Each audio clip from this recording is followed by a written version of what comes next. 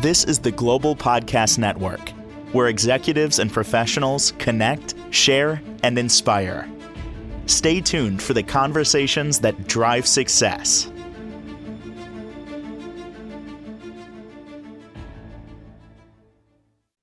And welcome back, everybody. We're going to talk with somebody on the show today that helps many people in many different ways.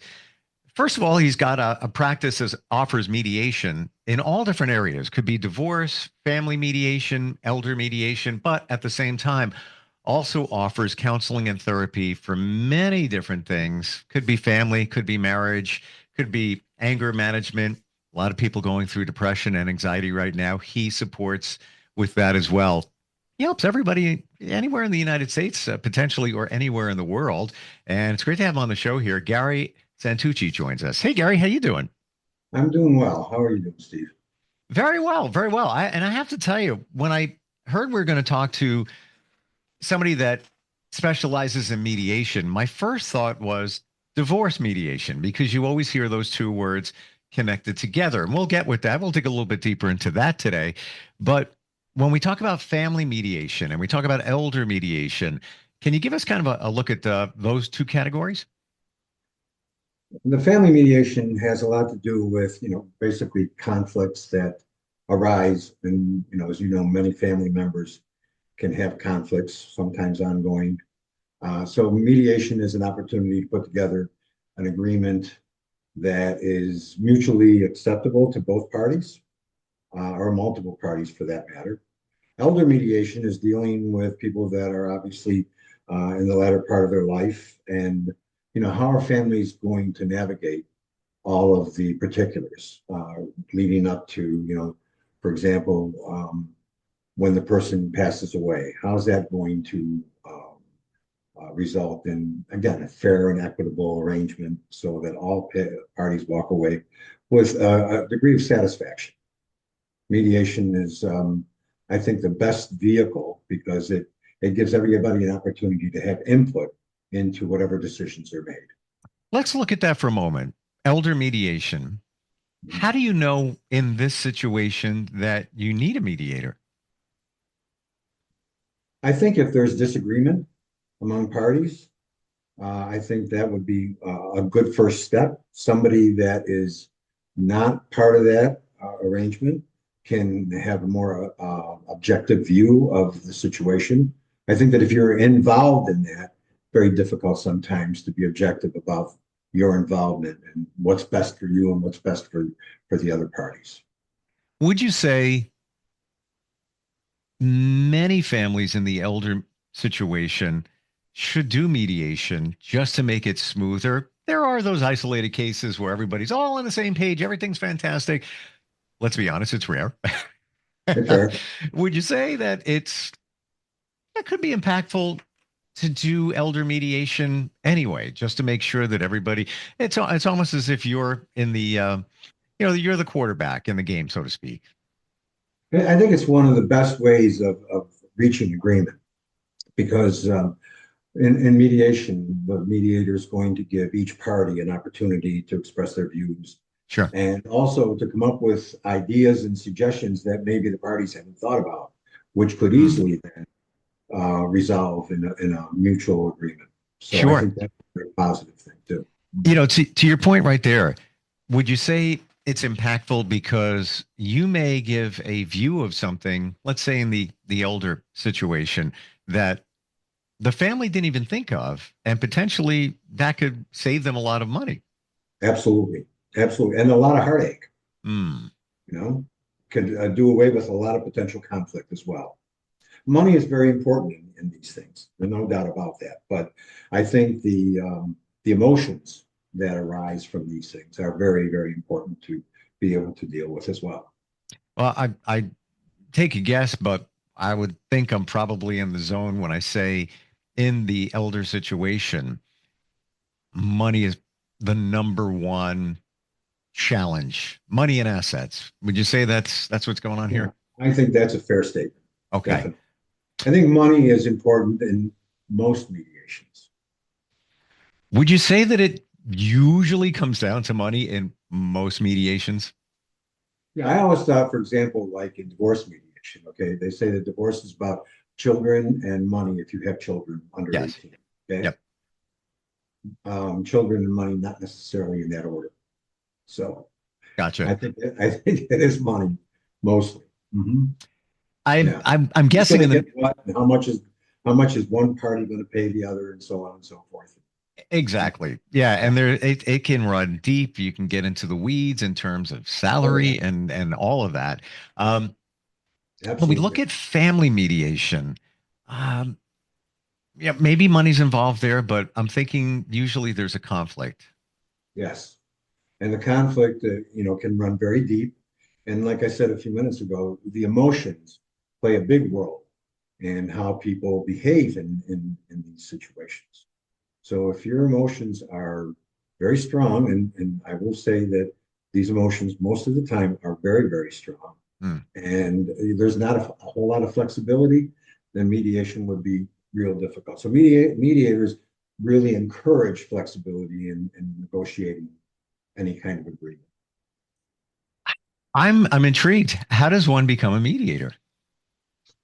Well, I became a mediator in 2002, and I was able to take a course, and I obviously successfully passed the course. I did all the requirements for the state of Florida to become a certified family mediator. Probably about 10 years ago, took another course to become a certified elder mediator. And, within that, you also have to do continuing education every year, every 2 years to renew your certification. So it's an ongoing process. And, as a mediator, you want to keep on top of any changes in laws and things like that. So there's a lot involved in that. Mhm. How did that spawn into, or which came first, the mediation side of what you do, then uh, the therapy side, or was it the other way around? No, it was definitely the therapy side. My college experience, I have a master's in what is called an educational specialist in EDS, which is a 60-hour degree, a graduate degree. And I had that done from the State University of New York at Albany, and did psychotherapy for many, many years, and decided, okay, is there more? I want to do more than just the psychotherapy. So I kept thinking about, possibility of mediation, and the opportunity presented itself, and I took advantage of that in 2002, and it's been a very, very positive experience. Very positive experience. Yeah, I love doing that. Just to be able to put together an agreement that is amicable and fair and equitable, it's a very positive feeling.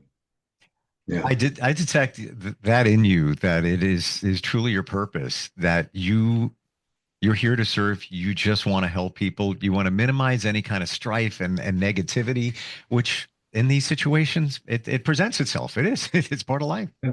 It's a good feeling, and it feels good to feel good. So Let's look at the other things you offer: anger management, depression and anxiety. Working with that, we're talking straight out therapy here.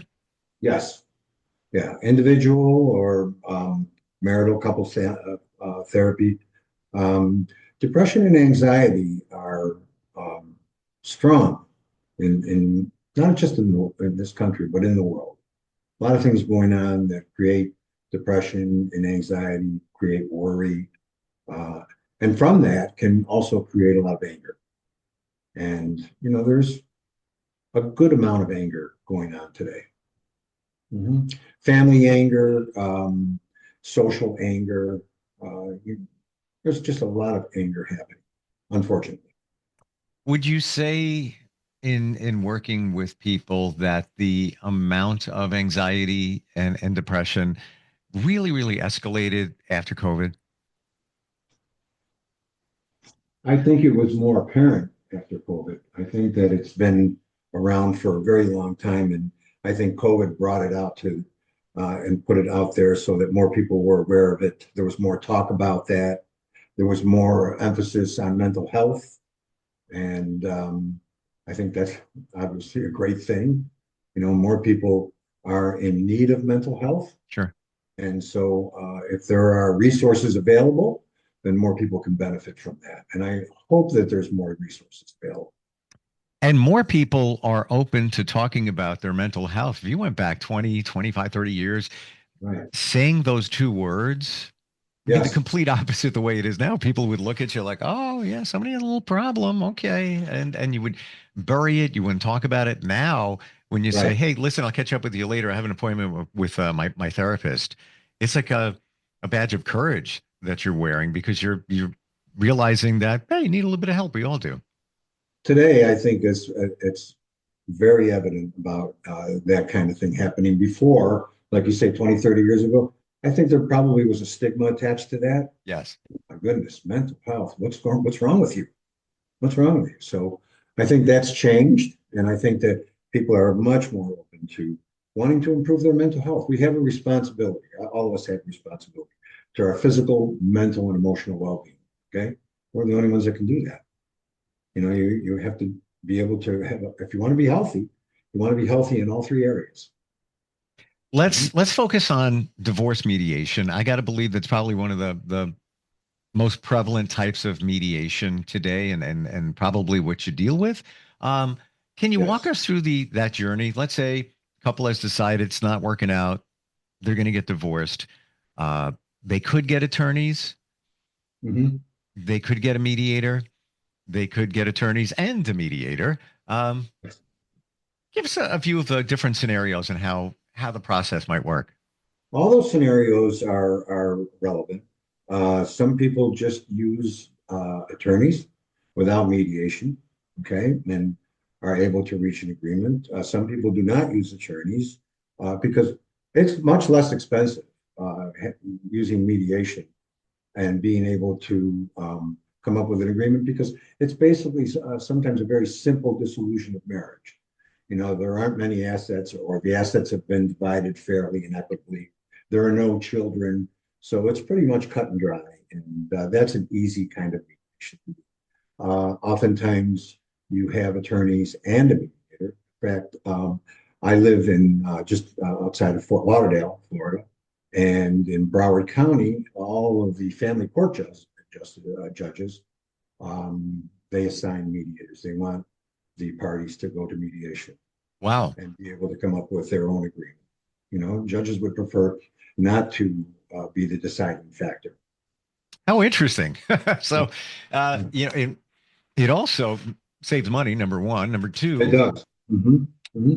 declogs the court system because Right, if an agreement can't be made, eventually the divorce is going to go to a trial. right. And why Wow. would you want someone that doesn't know you to decide what's going to happen with your life, with your children's lives? Not just for the immediate, but long term, especially if you have young children.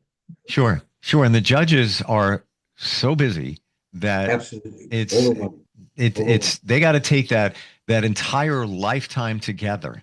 Hmm. It could Without a doubt. be 30 years, 20 years, a couple is together, Yes. and they got to render a decision after, a number of interactions, but it's like a dart, throw the dart on the board and hope you get it right. Whereby now I see it differently. When you're involved, you're one-on-one. You're hearing it very clearly where Mhm. one is coming from, where the other is coming from. How do you, my lack of a best description, render a decision or render an idea based on what you hear from the two parties? How does that work? I'm not going to make decisions. It's not my role to make decisions. Yep. I can offer suggestions and ideas and thoughts. And, what about something like this? Or have you thought about that? What about long term? What about short term? What about your children? The finances of children, maybe college. There's a number of topics that I think that when you are going through a divorce, oftentimes it's not necessarily something that you're thinking clearly about initially. And so maybe you miss out on these kinds of particulars that I think are very important to be able to decide for yourselves. So I'm going to talk about those kinds of things during mediation. You really have to go into a deep fact-finding mission when Yeah. you're dealing with a couple because you really have to learn what's going on. What do we have? What are the ingredients here for this divorce to take place? Right. They're going to supply me with their information. They're going to supply me with, all of the pertinent information, their addresses, their phone number, contacts, their children, all of that information, and then the financial information. And so we're going to take a look at all of that and how are we going to resolve that amicably. It has to be fair and equitable, else I wouldn't ask anybody to sign a mediated agreement. When That's you talk about signing a mediation agreement, what does that actually mean? there's a number of documents that are part of it's a stack of maybe about an inch long, or inch wide, and there's a lot of paper there. And so each one of them targets a specific area of the divorce. Okay, there's a child support guidelines. There's a parenting plan. There are financial statements. There are certificates of mandatory disclosure that you're disclosing everything, all your assets, all your liabilities, everything to the other party. Okay, there's all those forms that are part of it that need to be addressed and looked at, carefully read, and signed. And some are notarized, some are not. And then those are the papers that are filed with the court, clerk of the court. And then they walk through the process. And then at the end, the judge signs what is called the final dissolution of marriage. Once the judge signs that, then you are, in the eyes of the state, divorced. So let's go a little bit deeper into this process. Let's say you're working with a couple, maybe they've returned attorneys just to make sure that, they're comfortable, right? They go to you, and as you said, there's a number of different things at play here. You might have child support, you might have maintenance, you might have assets, you have a house, you have custody, all of that. Yes. Let's say they're before you and they decide on custody. We're on the same page. Maybe it took a little bit of work to get there, but we're there. Would they sign something before you that agrees to whatever the principle is in terms of the custody? But now they're having a little sticky point on the assets. At that point, would it go back to the attorneys and then to court? But they could, with you, we got taking care of the custody, maybe a couple of other things. Has it worked like that? It could work that way. Sure. Okay. If you don't reach an agreement on everything, say that you're reaching agreement on the child visitations. And so what happens, that's part of the parenting plan. So with the parenting plan, we're going to have both parties sign, mother and father sign. That'll be notarized, and that, once that'll be filed with the courts. So you don't reach an agreement on, say, the distribution of assets. There's a home, okay? One party wants to buy out the other. One party wants to stay in them. They want to sell it. How are you going to sell it? When are you going to sell it? Who's going to get what? How much have you invested in that house? And so on. There's other factors that need to be resolved. Okay. And generally speaking, with mediation, you have a better chance of reaching that agreement because we're trying to create an amicable environment. Not hostile. We don't want it to be aggressive or argumentative. You've already fought all the fights. That's why you're here. Okay. So there really aren't more fights to fight.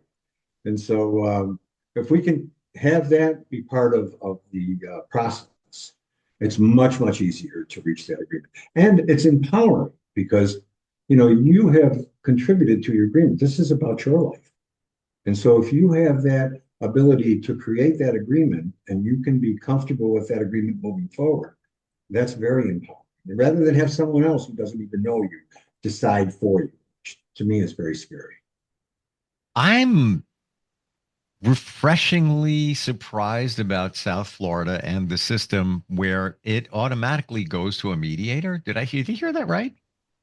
All the judges in Broward County, and I'm pretty sure in Miami-Dade County, order mediation in these divorce cases. Wow.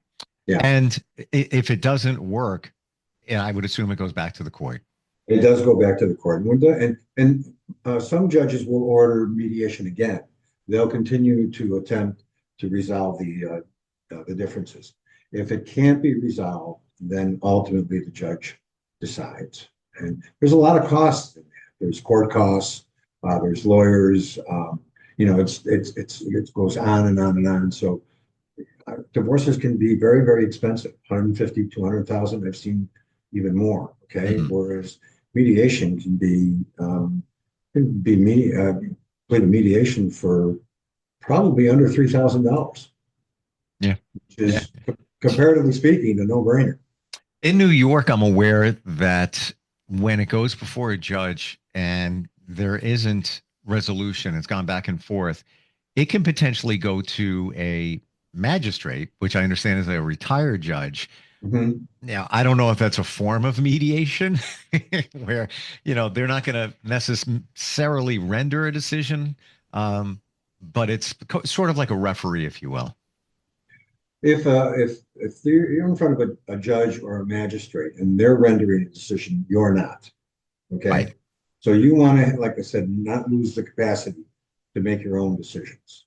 Um, so I think in that way, I don't know much about what happens in New York, Mhm. but I know that in Florida, judges really make a very strong effort to have the parties be able to resolve their differences.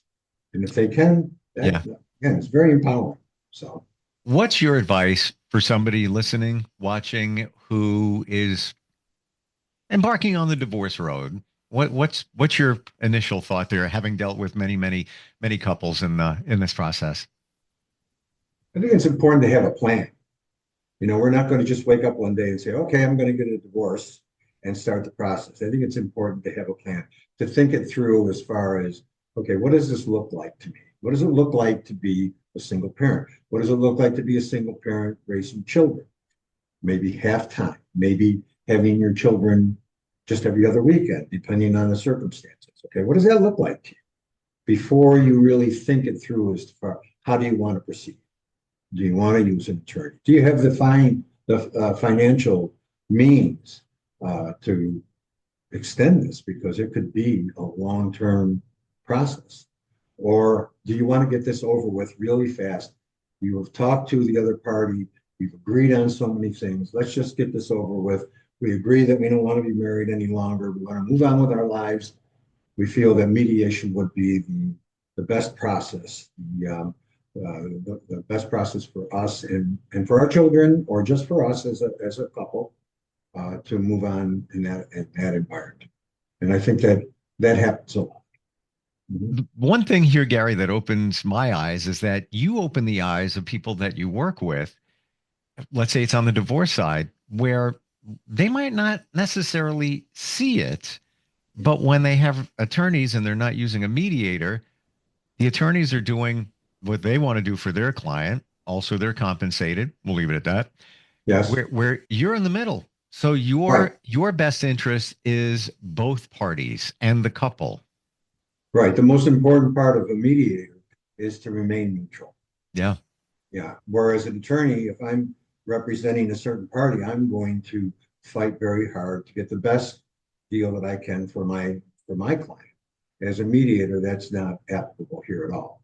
I want it to be fair and equitable for both parties, and I won't have anybody sign it unless I think it's fair and equitable, unless they agree that it's fair. Wow. Learned a lot today. You offer so much within your practice, from mediation to therapy, counseling, etc. Um, and you can help people essentially anywhere Yes, because of the technological world we live in. How do we it's connect with great. you, Gary? Telehealth is unbelievable. Yeah. It just makes it so much. I mean, look at you and I are talking and carrying on like we're in the same room. And you know what? For somebody that's getting therapy, you want to be in your comfort zone too. Let's say you want to Yeah, be in your living room or just wherever you're, instead of going somewhere, and right. we're achieving the same result. I have people in their living room, in their bedrooms, in their kitchens, driving in their car, Yep. walking on a path. I've had people in boats. Mm. Um, doesn't matter. Funny thing, one time I had a couple that was in Tel Aviv and we're walking through a museum, and they showed me the Dead Sea Scrolls. Am I going to see the Dead Sea Scrolls? I thought that was very interesting. Wow. Well, you Uh, know what this actually says? You are their friend. Because if you were talking to a friend, let's say, we're one-on-one. By the way, my best friend's name is Gary since childhood. And Okay. let's say we're having a conversation Okay. like, Gary, I'm having some challenges here in my relationship, or, I'm stressed out with work. It's that kind of dynamic when you do it virtually. Nothing wrong with doing it in person. That's great too. Right. But it's a more relaxed kind of scenario when it's over a Zoom or even a phone call. That works too. When you are relaxed, you're more comfortable in being able to express how you feel. Yeah. And so I try to create that environment either through telehealth or in person. Yeah. Great talking with you, Gary. How do we connect with you? How do we find you? Well, you can reach me at garysantucci.com. That's my website. You can reach me at 954-474-1119 or 954-817-1401. You can text me on that number. So I'm available at any time. Just reach out and I will contact you before the day's over. Just reach out. You got a friend. It's essentially what it is. And That's it. and a friend of the family in some regards, if you're dealing with that or the couple. Santucci for everybody, it's spelled Santucci, GarySantucci.com. Yes. Gary, thanks for being here today. Learned a lot and lots more to learn next time we get together. Thanks, Steve. Pleasure meeting you. Likewise. We'll be right back. This is the Global Podcast Network, where executives and professionals connect, share, and inspire. Stay tuned for the conversations that drive success.